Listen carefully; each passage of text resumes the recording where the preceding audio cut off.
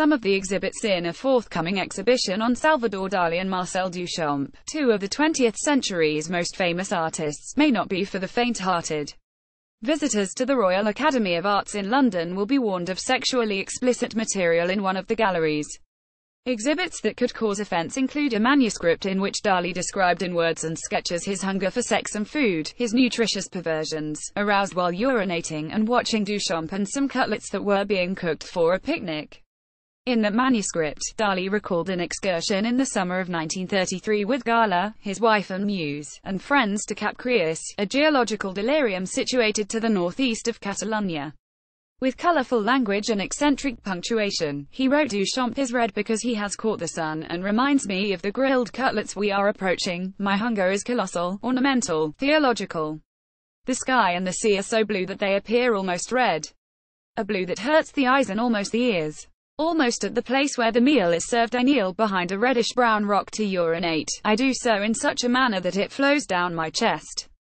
A breath of warm air brings me the smell of the cutlets which sends me into raptures, so then I throw myself with my mouth onto an outcrop of rock which I suck with all my salivary power. My eyes are fixed on the red arm of Marcel Duchamp which merges, although it is further away, with the pink granite of my rock. The other shoulder of Duchamp merges with and even touches that of Gala.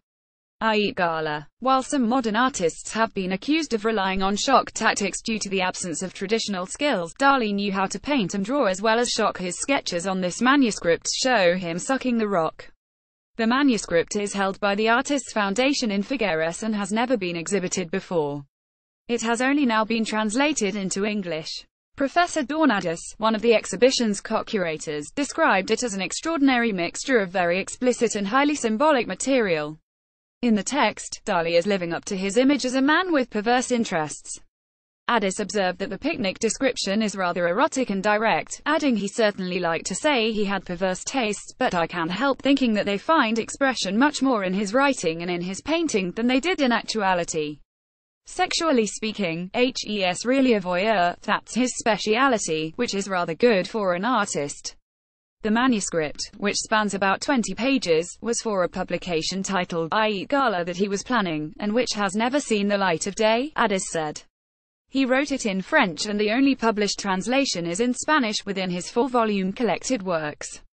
Addis said there was other graphic material in the collection, titled Dalí Duchamp, the first major exhibition to present them together.